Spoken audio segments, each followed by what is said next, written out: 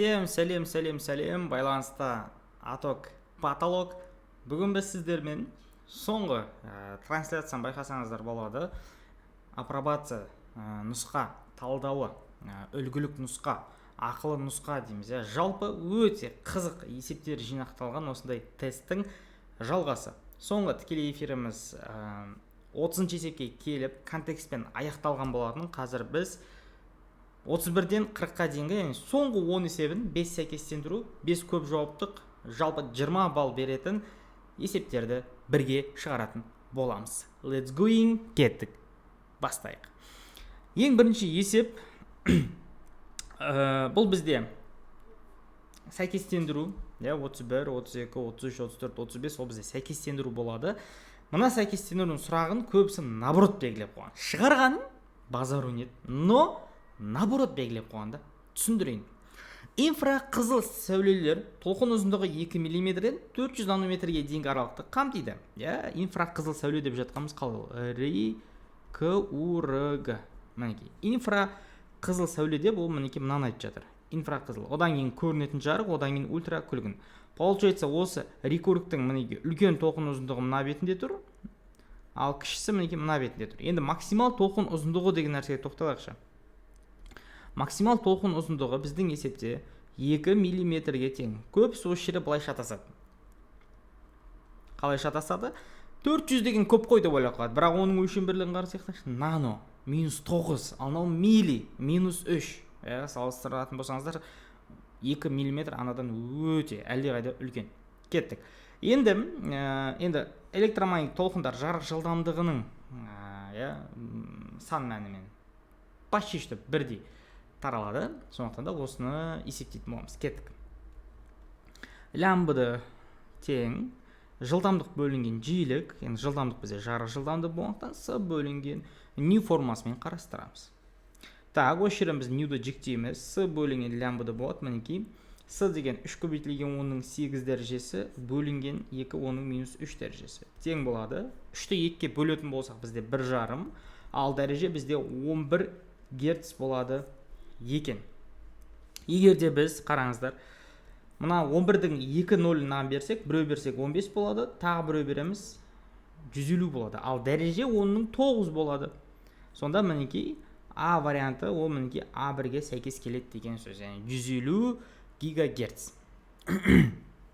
То есть максимал толқын ұзындығының жиілігі осы 150-ге сәйкес келеді деген сөз. Мінекей біз максимал толқын ұзындығын қойдық бұл жерде. Енді минимал толқын ұзындығы арқылы есептейтін болсақ формуланы, так, жиілік тең с бөлінген толқын ұзындығы формула 3 көбейтілген 10-ның 8 бөлінген лямбда деп жатқанымыз ол бізде 400 нано -9 дәрежесі тең болады. Так, бұл жерден былай жасаған дұрыс болады. Қараңыздар, 1 0 2 0 жоқ қыламда, сол кезде мынау -7 бола салады бізде. 3-ті 4-ке бөлсек 0,75 көбейтілген 10-ның 15 дәрежесі -7 үстіне +7 болып бара салады. Так, енді бізде 150 деген вариант көріп тұрмыз. Значит, 3 0 жыртамыз. Біреу, екеу, 3 0 жыртсақ, дәреже 3 дәрежеге азайты 12 герц болады деген сөз. 12 ол бізде теран білдіреді деген сөз. Сонда мінекей Б варианты ол бізде 750 терагерцқа сәйкес келеді деген сөз. Так что максимал толқын ұзындығының мынау екендігі, минимал толқын ұзындығы осы екендігін ажырата білейік, достар. Кеттік. Келесі есеп физикалық шамалардың мағынасын олардың атауымен сәйкестендіріңіздер дейді. Бұл жерде МКТ-ның популярный теориясы деп айтсақ болатын шығар. Берілген денедегі молекулалар саны 12 грамм көміртектегі атомдар санынан қанша есе артық болатындығы көрсететін шама, ол бізде әрине зат мөлшері деп айтылады. Мю тең М бөлінген үлкен М. То есть мінекей 12 грамм и көміртектің молярлық массасы осыдан бір-бірінен қанша есе көп екендігін немесе қаншалықты сыйымдылыққа ие екендігін көрсететін зат мөлшері. Так что А бізде зат мөлшерімен сәйкестендіріледі деген сөз. Ал берілген зат молекуласы М0, зат молекуласы массасының көміртек атомы массасының 12-ден 1 бөлігінен қанша есе үлкен екендігін көрсететін шама, ол әрине салыстырмалы малярлық масса деп айтамыз. Поэтому бұл жерде Б варианты бізде мінекей салыстырмалы молекула массасымен сәйкестендіріледі деген сөз. Бұны біз білуіміз керек, жатқа білуіміз керек. Бұл көп уақыт келмей кеткен, оказывается бұл келеді екен. Так что жаттап алыңыздар. Окей? Кеттік, әрмен қарай жалғастырамыз. Өте қызық теориялардың бірі, мен ойымша біраз оқушыны қадаған, біраз оқушыға қиындық туғызған сондай бір теория деп айтар едім. Металл сақинаға тұрақты магнитті суретте көрсетілгендей жақындатады. Мінекей, мына жақтан магнит направлениясы S-тан N-ге қарай бағытталған. Мінекей, суреттегі тұжырыммен сәйкестендіріңіз дейді. Жалпы екі түрлі жағдай бар. Мынау бір ережені білуіміз керек. Тұйықталған өткізгіш бойында ғана тоқ күші пайда болады деген қағида бар. Тұйықталған деген, яғни тұйық, ешқандай тоқтаусыз деген сөз. Поэтому бұл сразу мінекей мына жерде тұйық емес екендігін байқап тұрмыз. Поэтому Б варианты не болады? Сақина қозғалмайды деген сөз. Осылай сәйкестендіріп аламыз. Бұл енді автоматын жүретін нәрсе. Екінші сұрақ, және де ең қызық сұрақ, тебіледі ма, тартылады ма, тербеледі ма, қалай білеміз? Жалпы осы жерде мына бір нәрсені түсінген дұрыс. Көп оқушы осыны қателеседі. Фарадей заңы, мінекей, электромагниттік өздік индукция құбылысы. Бұл жерде біз мына нәрсені түсінуіміз керек. Бұл жерде Фарадейдің заңдылығы бар. Ол форма былай деп айтылады. E тең минус Li бөлінген T. Жалпы осы жерде көбісі мән бере бермейтін нәрсе бар. Алдындағы минус деген таңба. Бұл не үшін тұр? Бұл минус деген таңбаның тұру себебі как раз таки осы сұрақтың шешімі болады. Қараңыздар. Егер мінекей магнит өткізгішке жақындаса, мінекей, бұл не істейді екен? Мынау домалақ өткізгіш сақинамыз одан алыстайды екен, яғни тебіледі. То есть направление, былайша айтқан кезде, қарсы жұмыс атқарады, қашады. Магнит жақындаса, ол керісінше қарсы жұмыс атқарады екен. Поэтому не істейміз? Бұл жерде бұл сұрақта сақина магниттен тебіледі деп айтады екенбіз. Осылай сәйкестендіру жасаймыз. Не үшін деген сұрақ туындайды? Қараңыздар. Жалпы бұл жақындаған кезде, қараңыздар, бұның ішінде бұның өзі тағы да магниттеледі. Сәйкесінше бұл жерде тоже направление пайда болады. Ол жердегі направление былай SN деп айтылады.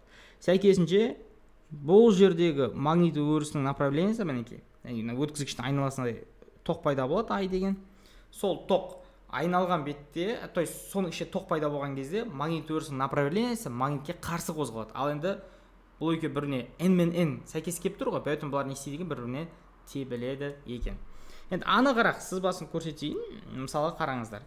Біздің случай мына случайға келіп тұр. S пен N-ді жақындатқан кезде, мынандай бір тұйық өткізгішке, бұл тұйық өткізгіштің айналасына не пайда болды? Тоқ пайда болды. Мына форма бізде E тең Li бөлінген T. Дельта деп қойық. Жақындатқан кезде тоқтың артқанын байқаймыз. Сәйкесінше дельта болып саналады. Жақындағанға дейін, жақындағаннан кейін дельта I. То же самое, бұның енді арасында осындай бір тоқ пайда болғандықтан, оның арасында магнит өрісі пайда болып, не істейді екен? Міне осы бір направление қозғалады екен. S-тан N-ге қарай, магниттің, тұрақты магниттің направлениясы S-тан N-ге қарай, N-ге кіреді. Сол кезде мінеге N мен N не істейді екен? Сәйкес түсіп, бір-бірін теуеді екен. Мына жақындатып еді, мына өткізгіш қашты. Ал егер керісінше бұл магнитті алып тастайтын болсақ, мінеке, то есть алыстататын болсақ, бұл керісінше не істейді екен?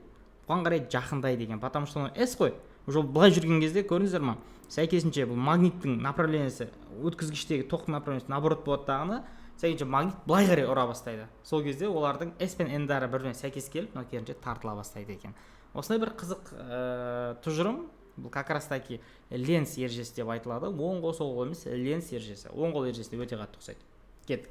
Әрмен қарай жалғастырамыз, және де өте қызық С деңгейлі есеп, 100% С деңгейлі есеп. Прям патология есеп деп айтсам болады. С деңгейлі есеп, бұл есепті біз қалай шығарамыз, достарлар? Қараңыздар. С деңгей. С деңгейлі қызық есептердің бірі. Жалпы жері мына нәрсені түсінген дұрыс. Ұзындығы 1 метр дейді, қараңыздар. Мына бізде 1, мына бізде 1, мына жақта көріп тұрғандарыңыздай былайынан алыстады, бұл бізде xm болады.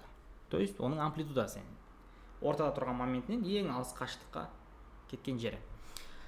Енді қараңыздар, айтады бізге ұзындығы 1 метр салмақсыз жіпке ілінген 500 грамм шарды тепе-теңдікте 45 градусқа ауытқытып жіберді дейді. Мінекей, то есть бастапқы моменті получается осы болып тұрдағыны, осы жерден былай қарай ауытқытып жіберді деп сұрақ қойып тұр.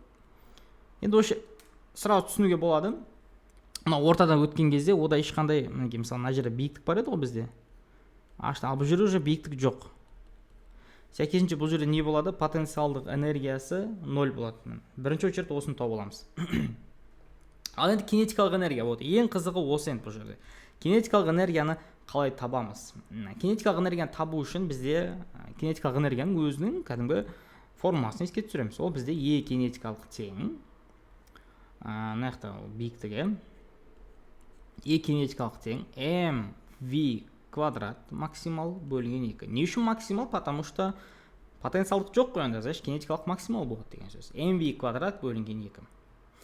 Тіпті бұл жерде kx квадрат пен де шығаруға болады. kxm квадрат бөлінген 2-мен де айырмашылық жоқ. Но әрине, кинетикалық деп айтқаннан кейін кинетикалықтың өзінің родной формасымен есептей берейік. mv квадрат бөлу 2. Бізде не бар жалпы? Бізде масса бар. Бізде бірақ жылдамдық жоқ. Енді жылдамдықты табудың формасы v максимал тең xm омега. Бұл форманың қайдан шыққанын білетін шығарсыздар. xm омега. xm бізде жоқ, ал омега деген ол бізде k бөлінген жоқ. Енді бізде математикалық понятие екен, онда g бөлінген l дейміз. xm омега, xm тұра береді, омеганы g бөлінген l деп айтамыз түбірдің астында.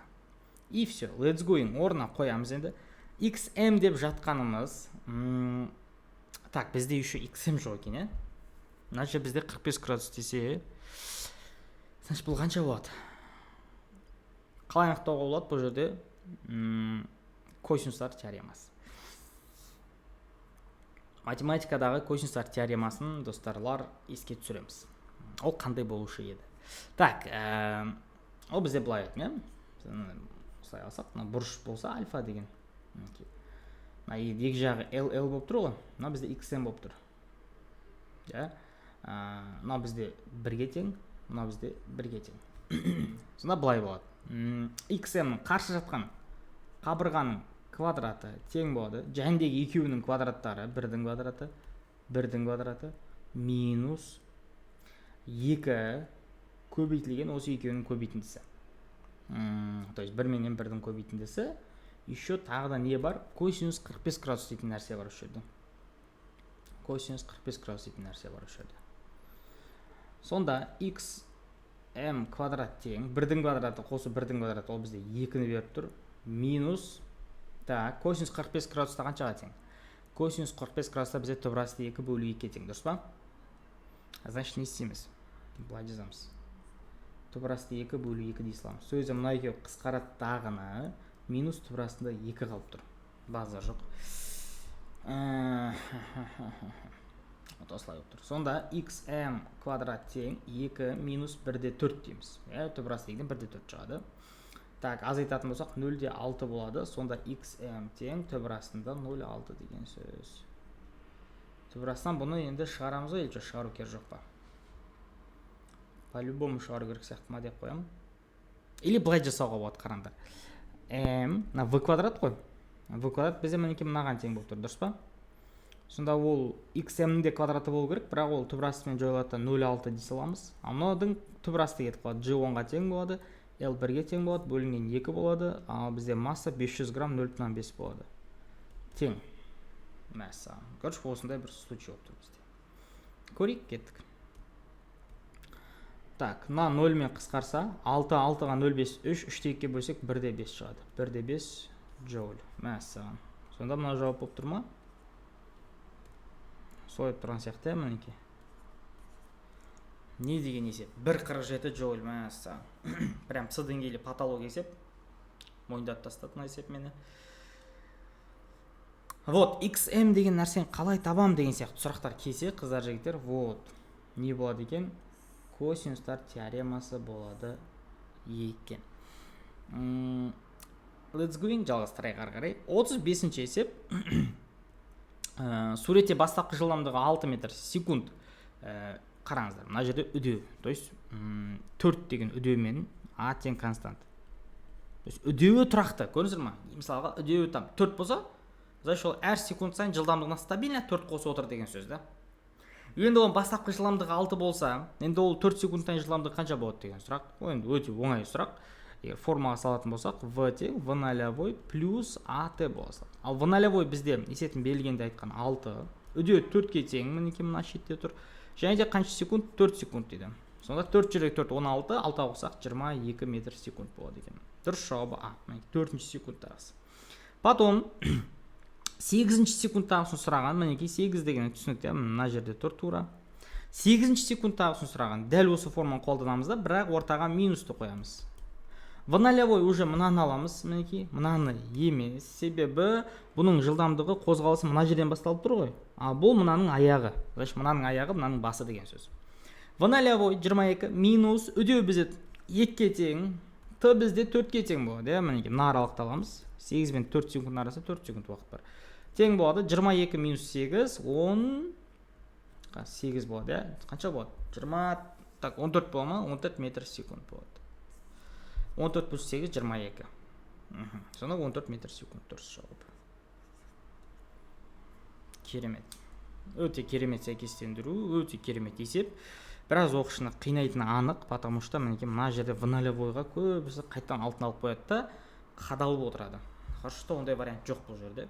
Или мына 4-тің орнына 8 алатындар бар, 8-ші секунд деп тұр ғой деген сияқты. Вот. Қысқасы мән беру керек. Ұбұты қыздар жігіттер, ұбұтының есептері қиын емес, просто мән беру керек. Біз андай ғой асығыс, тез шығарып тастауға ұмтыламыз. Ал кейбір есептер бар, уақытты талап етеді. Уақытты, ойлануды, қарауды, көруді талап етеді. Окей? Келесі есеп бізде 36 достар. Қатаңдығы 250 нанометр дейді. Қатаңдығы 250 нанометр. Горизонталь орналасқан серіппеге массасы 0,4 кг жүк бекітілген, серіппені 15 сантиметрге созған кездегі атқарылған жұмысты сұрап тұр, және дененің алатын ең үлкен жылдамдығы Vmax-ті сұрап тұр. Қараңыздар, Vmax-ті сұрап тұр ғой, тура бағанағыдай қолданып жүре салуға болады. Vmax тең xm омега деген форма айттым ғой, тура соны қайттан қолдануға болады. Омегаға просто бері k бөлінген m қойылады да. Сонда xm бізде 15, яғни 0,15 деп айтамыз оны. К қатаңдығы бізде 250 деп айтқан, ал масса 0,4 деп айтқан. 0,15 көбейтілген 250 0,4-ке бөлсек, так, калькулятормен есептей аламыз. 250 бөлінген 0,4. 625. 625-ден 25 шығады. Көбейте салайын сразу. 25 көбейтілген 0,15. 375. 375 метр в секунду болады екен. О бізде, мінекей, 3,8 жоқ шамамен. Так, одан кейін бізге жұмысты сұрап тұр. Так, енді жұмысты сұрап тұрса біз не істейміз? А тең любой форма қолданылады. Kx квадрат бөлінген 2-ні қолдансақ болады. mv квадрат бөлі 2-ні қолдансақ болады. Кез келгенмен есеп шығады. Kx квадрат бөлі 2-мен шығарайық. К бізде 250, x ол бізде 0,15. Осының квадраты бөлінген 2 болады. Тең қысқартсақ 125, оған 0,15-дің квадраты, калькулятормен есептейміз, 0,15 көбейтілген 0,15, оған көбейтеміз 125-ті. 2-де 8 шығады екен. 2-де 8 джоуль. Дұрыс жауап бізде 2-де 8 деген мінекей Е вариантында тұр. Дұрыс жауап Е және де F. Екі вариантында белгілеу керек, чтобы бізге плюс 2 балл болу үшін. Кеттік. 37-ші есеп, өте оңай есеп. Массаның қанат қағу тербелісі 600 Гц деген, ал араның қанат қағу тербеліс периоды 5 миллисекунд. 60 секунд ішінде жай жәндік қанатын көп қағады, қайыр жәндік қанатын көп қағады, және қаншаға көп қағады дейді. Қанша есе емес, именно қаншаға көп қағады. Кеттік. Массаның жиілігі бізде 600 Гц. Массаның жиілігі 600 Гц. 60 секундтың ішінде дейді, масса 60 секундтың ішінде қанша рет қағатын есептеу керек біз. Ол форма әрине n бөлінген t, осы жерден n-ді жүктесек көбейтіледі, ню көбейтілген t болады. Тең болады. Так, New ол бізде 600, Т бізде 60 тең болады, 36 мың. 36 мың екен. Ал енді бізге араныкін табу керек. Араның жиілігі емес, араның периоды берілген, енді қиындатқан түрі ғой енді есепті. То же самое, сол 60 секундтың ішінде несін табамыз, санын табамыз. Форма бізде Т тең Т бөлінген N, сонда N тең болады, Т бөлінген үлкен Т болады. 60 бөлінген 5, оның минус 3 дәрежесі. Тең. Так, 60-ты 5-ке бөлсек 12, ал дәреже плюс 3 болып барады да, мінекей 12 мың болады. Сонда нені байқап тұрмыз, достар? Мынау 12 мың, мынау 36 мың. Значит, не деген сөз? Көп қағатыны ол бізде маса екен, достар. Понятно, бұл аяқ түсінікті сияқты, ара әрең ұшып жүреді, маса тез қағат, жуығы шығып кетеді. Енді қаншаға көп қағатын білу үшін 36-та 12-ні айтсақ, 24 маса 24 мыңға көп қағады екен. Келесі. 38. Самый подозрительный теория меніңше осы сияқты. Суретте тоқ күші 1/2 өте ұзын түзу параллель сымдар бейнеленген. Тоқ күшінің бағыттары суретте көрсетілгендей. Сымдардың өзара әрекеттесуіне қатысты дұрыс тұжырым табыңыз керек. Қараңыздар, енді біз мына нәрсені білеміз, Самый главный бір момент бұл жерде, егер екеуі бір бағытта жүрсе, олар тартылады. Ал егер екеуі қарсы жүрсе, олар тебіледі. Бірінші момент осы, яғни тебіледі бұлар. Өткізгіштер бір-бірінен тебіледі. Қарсы қозғалса тебіледі, жатта қойықшы, қарсы. Бағыттас болса тартылады. Ешқандай әрекеттесу жоқ дейді. Дұрыс емес, әрине. Әрекеттесу бар. Екен өзара араларында магнит өрісі пайда болып отыр ғой, дұрыс па? Төменге қарай бағыт алып жатыр. Айдың бағыты, Так, қараңыздар енді. Қашықтық артса өзара әрекеттесу күші артады дейді. Жоқ, керісінше. Қашықтық артса, егер бұлар бір-бірінен алыстаса, керісінше тартылыс күші кемейді. Так что мына жауап дұрыс емес. Егер қашықтық артып өзара әрекеттесу күші кеміді деп айтса, осы дұрыс болар еді. Немесе қашықтық жақындаса, өзара әрекеттесу күші артады болады. Тура бүкілем тартылсаңы, кулон заңы сияқты ғой, тура. Варианты, өткізгіштердің магнит өрісінің күш сызықтары концентрлі шеңбер дейді. Қараңыздар, осы сұрақ енді 50-50. Осы сұрақ өте апасиян сұрақ негізінде. Бұны мен белгілемей де көрдім, белгілеп те көрдім. Белгілесем 2 балл, белгілемесем 1 балл беріп тұр. Но бұны мен не үшін ойланып қалдым? Потому что концентрлі шеңбер деген шеңберлері қиылыспау керек, бірақ осы 2 шеңберді айтады. Но бұлар қиылыспау керек. Но бұл жерде енді шеңбердің пайда болатындығы анық қой. Поэтому бір шетінен дұрыс, ал бір шетінен егер қиылысып кетсе, ол концентрлі болмай қалады. Сондықтан да бұл сұрақ өте апасиян. Но әрине бізде оны белгілеген, бізде оны белгілейміз. Бір өткізгіштегі тоқ күші 2 есе артса, өзара әрекеттесу күші 4 есе артады. То же самый қате вариант. Себебі форма қалай еді? Форма еске түсірейікші. F тең. Жалпы F-тің неге тура пропорционал екендігі, ол екеуінің көбейтіндісіне тура пропорционал. Ал бұл неге кері пропорционал, ол екеуінің ара қашықтығына кері пропорционал. Еще квадрат еш нәрсе емес, просто R, яғни екеуінің ара қашықтығы R десек, сол R-ге кері пропорционал. Значит, қараңыздар да, егер бізде тоқ күшінің біреусі ғана 2 есе артса, значит, мынау да 2 есе артады. Егер екеуі де 2 есе артса, тогда бұл 4 есе артады. Самый главный момент осы. Так что осы екі вариантты қарастырады екенбіз. Келесі есеп. 39-ші есеп, қарапайым есеп. Жабық ыдыста газдың температурасы 27 градус Цельсия. Жабық ыдыс деген ол изохора. Яғни көлемі тұрақты деген мағынаны білдіріп тұр, жабық деген. Изохоралық процесс кезінде мына P бөлінген Т ғой, основной теңдеу. Енді көлем жоқ болса, значит не болады? P бөлінген Т болады, тең P нолевой Т нолевой, P бөлінген Т дей салуға болады. Бастапқыда бізде температура 27 градус Цельсия, ол деген 300 Кельвин деген сөз. Ал қысымы 75 килопаскаль. Бізге P-ны тап деген, ал екінші температура минус 13 дейді. Қараңыздар, 273-ті қосуымыз керек қой. 260 болады деген сөз. Сонда P тең пропорционально мынау бізге көбейтіледі. 75 көбейтілген 260 болады и бөлеміз осыны 300-ге деген сөз. Тең 65 килопаскаль шығады. Жалпы осылай. 65 килопаскаль В вариантында тұр, мінекей D вариантында тұр, және де мінекей F вариантында тұр. Біреуін қалдырып кетсеңіздер, бір балл болады, достар. Үшеуінде белгілесеңіздер, 2 балл болады. Мұқият болайық.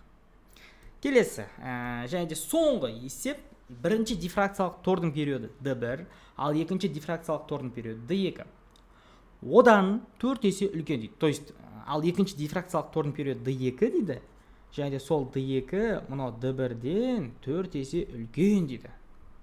Ал екінші дифракциялық тордың периоды D2 одан 4 есе үлкен деп айтқан. Осы дифракциялық торлардың 1 мм-дегі штрихтар санының қатынасы. Енді есеп қарапайым өте. Не істейміз? D тең 1 мм бөлінген n формасын қолданамыз. Қараңыздар, мінекей. Екеуінің кері пропорционал екендігін байқасаңыздар, мына нәрсені істеуге болады. n2 бөлі n1 сұрап тұр ғой бізден, жақшаншыда тұр, мінекей. Сол кезде d1 бөлі d2 дей саламыз.